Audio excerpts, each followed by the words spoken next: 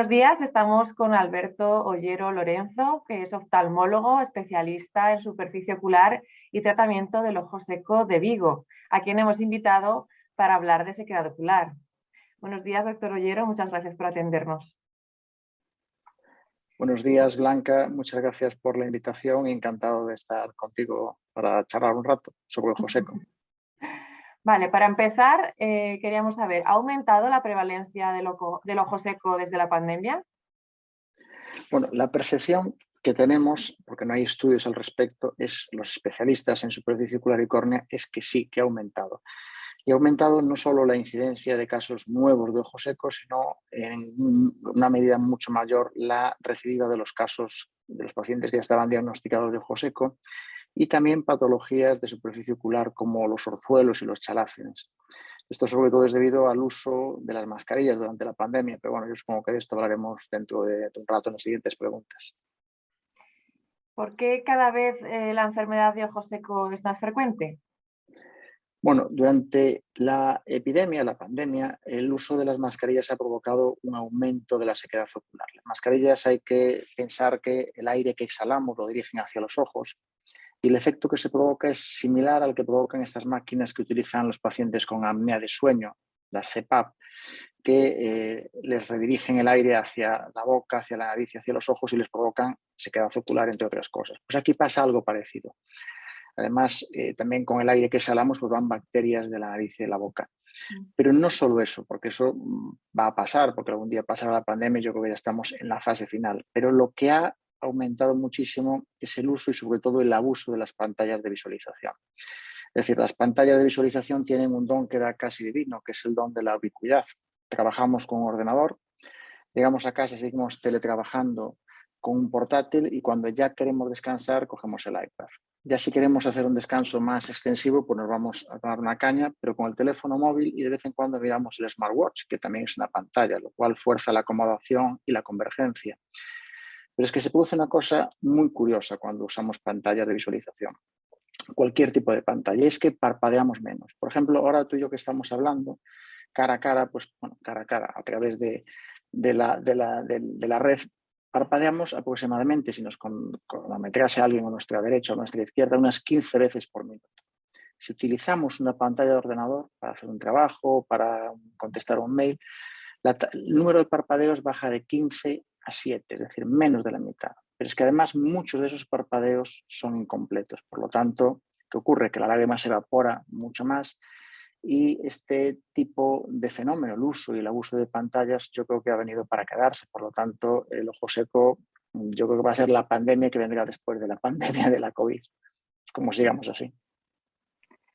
Y entonces, esta posible futura pandemia, ¿hasta qué punto va a afectar a la calidad de vida de los pacientes? Bueno, a la calidad de vida de los pacientes, el que lo padece te lo va a decir enseguida, que lo pasa muy mal. Ya solo, fíjate, el mero hecho de tener que instilar una gota 5 o 6 veces al día ya te obliga a llevar la lágrima, si estás en una cena, ir al baño a echarla. O sea, eso ya te marca un antes y un después. Pero es que además hay estudios que hablan de que el ojo seco leve, los pacientes que lo padecen lo equiparan a padecer psoriasis leve.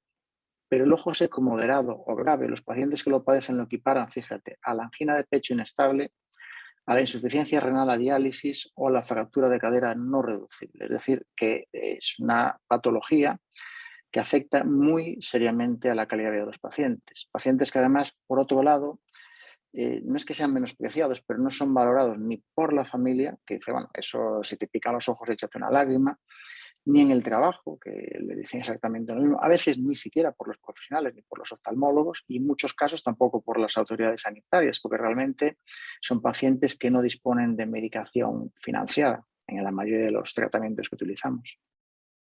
¿Y qué tipos de ojo seco hay? ¿Y qué es lo más común en la consulta diaria del especialista? Básicamente, sobre todo con fines didácticos, hablamos de 3 tipos de ojo seco. El ojo seco hiposecretor, es decir, cuando hay poca lágrima, tenemos poca agua, por así decirlo. Suele producirse en patologías como se llama una muy conocida que es el Sjögren, que puede ser primario o secundario asociado a todas estas conectivopatías que todos conocemos, el lupus, la artritis reumatoide, el Wegener, la esclerodermia. Este es el tipo menos frecuente, es un 10% aproximadamente. Luego está el ojo seco hiposecretor, que en la mayor parte de los casos se debe a la disfunción de unas glándulas que tenemos dentro de los párpados, las glándulas de meiomio, y que es el que más asocia al uso extensivo de pantalla de visualización y es el más frecuente, aproximadamente un 80 o más por ciento de los casos. Y luego un tercer grupo que es una especie de cajón desastre, que es el ojo seco neuropático, que es aquel en el que hay muchos síntomas, mucha sintomatología, pero muy pocos signos, que a veces puede ser causado por enfermedades sistémicas o por cirugía refractiva o por el uso de lentes de contacto. Pero vamos a ver, para que nos centremos, el ojo seco más frecuente es el evaporativo, aunque es cierto que al final muchos ojos secos se acaban haciendo mixtos, son un poco hiposecretores y un poco evaporativos. Pero esa sería la clasificación que dio el DIUS-2, que es un grupo de trabajo que se reunió en el 2017 y que es un poco como la Biblia del ojo seco, el referenciarse a ese estudio. ¿Y cómo han avanzado los tratamientos en los últimos años? Bueno, muchísimo. Tenemos, los farmacéuticos lo ven, sobre todo, a cantidad ingente de nuevos tratamientos, sobre todo de lágrimas, que es la primera línea de tratamiento. ¿Por qué? Porque es una enfermedad muy prevalente y es una enfermedad que afecta a muchísima gente y los laboratorios, lógicamente, ven ahí una ventana de oportunidad. Y gracias a esa ventana de oportunidad que los laboratorios aprovechan, los pacientes tienen recursos a los que echar mano. El primer escalón siguen siendo las lágrimas. Y en las lágrimas, el polímero que utilizamos o la referencia es el ácido hialurónico, al que se le pueden añadir a veces pues, osmoprotectores, vitaminas, fosfolípidos, omega 3, un montón de cosas, ¿no? Que hace que mejore la eficacia. A partir de ahí, ¿qué podemos utilizar? Pues antiinflamatorios. El ojo seco siempre tiene, o casi siempre tiene, algo de inflamación. De hecho, el círculo vicioso que cierra el ojo seco, uno de los pilares que hace que se perpetúe, es la inflamación. Y para la inflamación disponemos de corticoides, sobre todo unos corticoides suaves que se pueden aplicar durante cierto tiempo, pero que cuando ya tenemos que utilizarlos durante un periodo demasiado prolongado, y hay que tener en cuenta que tienen efectos secundarios, los corticoides pueden producir aumento de tensión, catarata, aumento de enfermedad de patología infecciosa vírica o bacteriana, recurrimos a inmunomoduladores como la ciclosporina, que ya está disponible en España. Desde hace unos años disponemos a nivel comercial de ciclosporina al 0,1%, que funciona muy bien.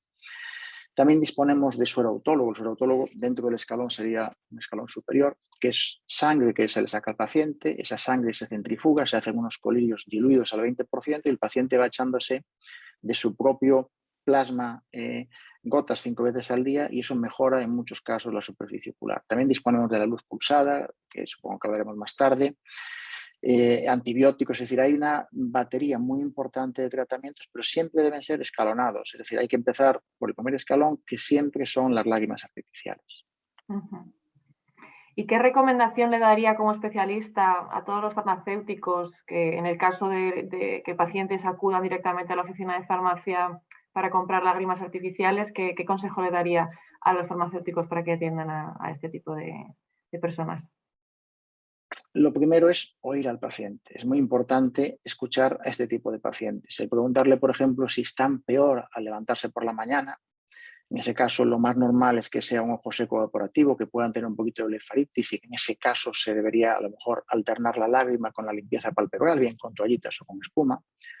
O a lo mejor el paciente te refiere que está peor hacia el final del día y en ese caso a lo mejor es un ojo seco más hiposecretorio, a lo mejor usamos una lágrima más hidratada, más acuosa y hacia el final del día una lágrima más espesa en formato tipo gel e incluso damos un gel por la noche. Por lo tanto, oír al paciente, preguntarle si usa o abusa de pantallas, de visualización, de ordenadores, si hace un uso excesivo también de lentes de contacto. Y una vez que lo has oído, pues ya es cuando puedes aconsejarle pues que baje el uso de las lentillas menos horas, quitarlas para comer, por supuesto, para dormir, que use menos ordenadores, que parpadee más, que utilice la regla 20-20-20, que es muy fácil de aplicar, es cada 20 minutos descansar 20 segundos mirando a cualquier objeto que esté a 20 pies, que son unos 6 metros, con lo cual ya se anula la acomodación en la convergencia y mejora la sintomatología en estos casos. Por lo tanto, oír, aconsejar y luego tratar. Y tratar, por supuesto, el primer escalón son las lágrimas artificiales. Uh-huh. Y ya por último, ha mencionado antes el tratamiento a través de la luz pulsada, ¿no? Quería saber qué se consigue exactamente con la luz pulsada para el tratamiento de la sequedad ocular. Bueno, el tratamiento con la luz pulsada, que el acrónimo es el IPL, luz pulsada intensa, es un tratamiento que es novedoso, pero no es nuevo. Es novedoso porque se usó desde hace no muchos años en oftalmología, pero lleva usándose en dermatología más de 30 años. En dermatología se empezó usando para tratar la rosácea, el acné, bueno, distintas patologías que tratan los dermatólogos. Y en el 2003 un oftalmólogo vio que se llama Rolando Tollos, vio que muchos pacientes que se trataban sobre todo la rosácea, que es la patología princes para tratar con luz pulsada, mejoraban muchísimo de su disfunción de glándulas de bibomio y por lo tanto de su ojo seco, ¿no? Y a partir de ahí hizo un estudio y bueno, pues es la base de estudio por el que todos los o muchos oftalmólogos que nos dedicamos al superficie ocular y ojo seco utilizamos la luz pulsada. La luz pulsada va muy bien, es una luz policromática que actúa con una longitud de onda determinada y que actúa en el interior de las glándulas de mibomio, estimulando una serie de neurotransmisores, que no vamos a entrar ahora en detalle, y aumenta la producción de ATP, pone un poquito como en funcionamiento las glándulas y permite que la calidad de la capa lipídica de la película lacrimal, que es la que evita que la lágrima se evapore, por lo tanto, aunque es la capa más fina, es probablemente la más importante, funcione bien. Mejora también el borde palpebral, unas pequeñas venitas que aparecen en estos pacientes se llaman telangiectasia, la suele trombosar. Y tiene una gran ventaja para mí la luz pulsada, yo lo aplico muchísimo, es que no tiene o carece casi de efectos secundarios. Realmente yo a los pacientes cuando le hablo a luz pulsada digo que el mayor inconveniente que van a tener es que durante unos días antes y unos días después pues deben evitar exponerse al sol, de ir a la playa vuelta y vuelta, como digo yo, o de hacerlo, tendrían que hacerlo con protección total. Pero funciona bien, habitualmente hacemos 3 sesiones separadas pues unos 15 días y luego al mes una cuarta sesión y luego pues con un recuerdo o 2 al año suele mantenerse la funcionabilidad del tratamiento. Y funciona bien, es un tratamiento novedoso, pero no es nuevo. Pues muy bien, doctor Ollero. Con esta última pregunta finalizamos la entrevista.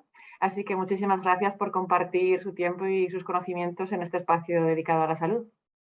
Nada, Blanca, encantado de charlar y esperar que hagamos un poquito de luz sobre esta patología que es tan importante y que afecta cada vez a más personas y que, bueno, habrá que tratarla y saber tratarlo todo, no solo oftalmólogos, sino médicos de atención primaria y farmacéuticos. Muchas gracias. Gracias.